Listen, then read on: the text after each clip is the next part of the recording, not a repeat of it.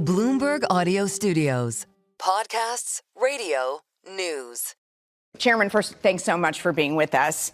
You've said you want to deliver a budget with tax cuts to the president by Memorial Day. Do you think right now you can realistically still hit that time frame? We absolutely can deliver it to the president by July 4th. That has been a goal of mine for a long time. Of course, this is a very big bill. The president calls it the one big, beautiful bill.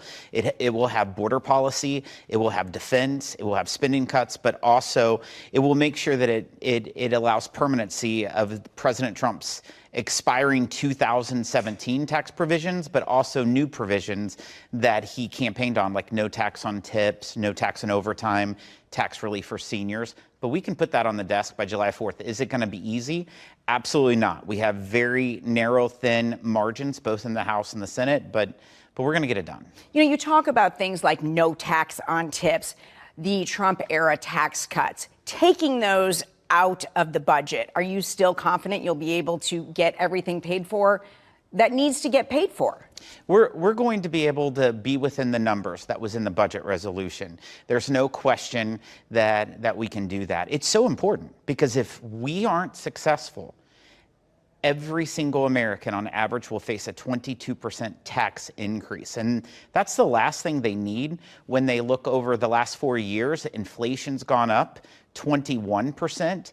That's made it more difficult for them to put food on their table, clothes on their backs, gasoline in their cars. We cannot allow this tax increase on everyday Americans. So you've discussed cuts to Medicaid. Are you confident you can get all Republicans on board, or certainly, enough to get this done without Democrats? Many who have said that is a red line for them. The president's been very clear. He does not want to cut eligibility and benefits to people on Medicaid, Medicare, or Social Security. He's looking at possibly work requirements. He's open to making sure illegals aren't receiving benefits. That's another item that he's looking at. But in regards to finding spending cuts, there's numerous ways we can find spending cuts. One example is to eliminate some bad tax policy.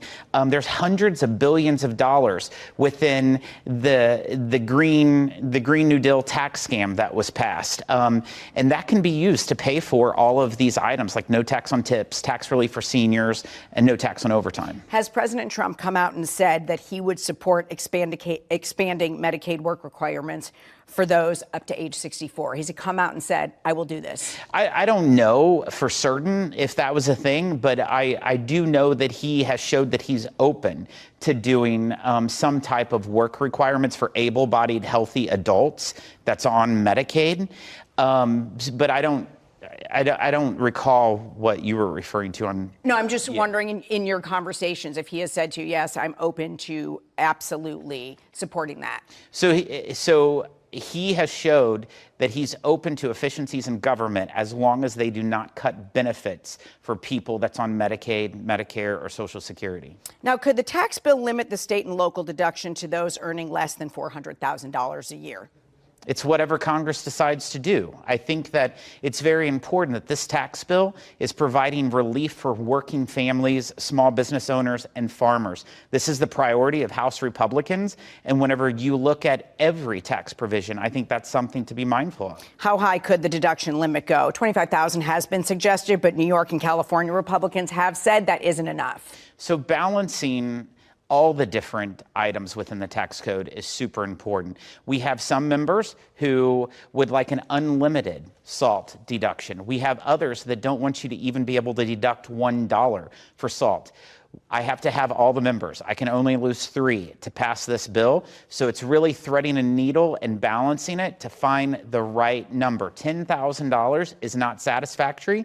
We're going to have to increase it, but we're going to find a fair balance. Typically, the number that we'll find will probably make everyone unhappy, and so that means it's probably the right number. When you talk about 3, I mean, that is a low number. How do you get everybody on board for all the different things they want for specific states? How do you do that?